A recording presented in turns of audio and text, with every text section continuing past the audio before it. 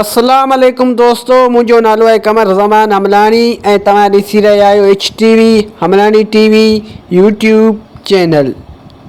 जीअं त दोस्तों तव्हां सभिनि खे ख़बर आहे त मां सिंधी ड्रामो ज़हर ज़िंदगीअ ते अॻु में बि काफ़ी सारा वीडियो ठाहे चुको आहियां, जंहिंमें मां टोटल 132 मिस्टेकूं ॾेई चुको आहियां ऐं अञा बि हिन ड्रामे में काफ़ी सारियूं मिस्टेकूं आहिनि। तंहिं करे हिकिड़ो ॿियो वीडियो मां हिननि मिस्टेकनि ते ठाहे रहियो आहियां।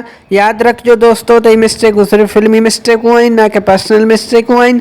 तंहिं करे हिननि मिस्टेकनि खे पर्सनल न वठिजो। उन खां अलावा जेके बि दोस्त अॼु ताईं मुंहिंजे हिन चैनल ते नवां पिया अचनि उन्हनि खे मुंहिंजी गुज़ारिश आहे त मुंहिंजे हिन चैनल खे सब्सक्राइब करे ऐं बेल जे आइकन खे ज़रूरु दॿाए छॾिजो ताकी हिन क़िस्म जा वधीक वीडियो तव्हां ताईं बर वक़्तु पहुचंदा रहनि। त दोस्तों हाणे हलूं था पंहिंजे अॼु जे वीडियो जी तरफ़। मिस्टेक नंबर 133 किस्त नंबर 44।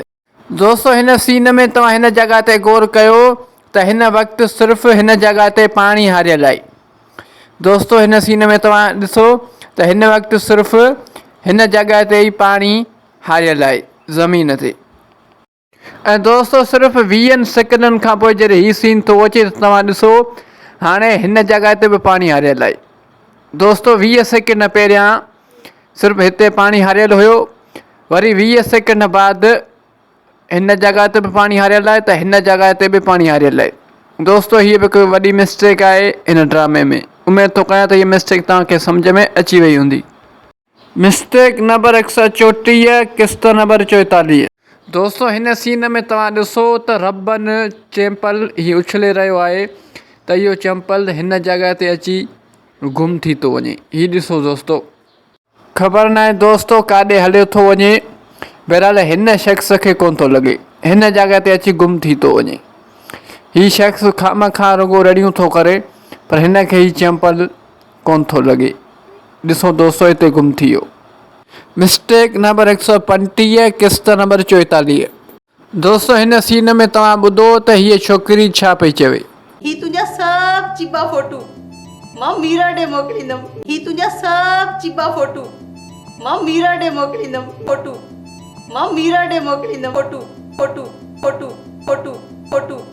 दोस्तों ये छोकिरी चवे थी त मां ही चिबा फोटू मीरा ॾे मोकिलींदसि, पर दोस्तों जेकर तव्हां हिन जी मोबाइल जी स्क्रीन ते गौर कयो त हिन मोबाइल जी स्क्रीन में फ़ोटू न बल्कि ही हिकु वीडियो आहे।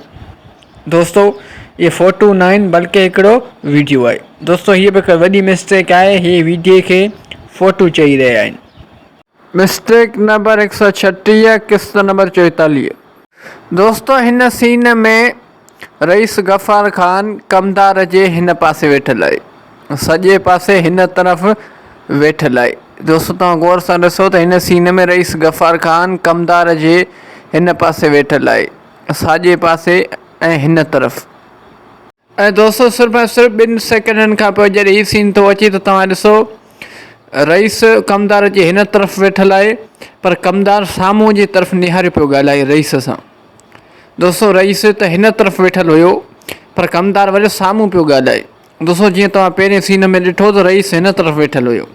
दोस्तों हीअ बि हिकु वॾी मिस्टेक आहे हिन ड्रामे में।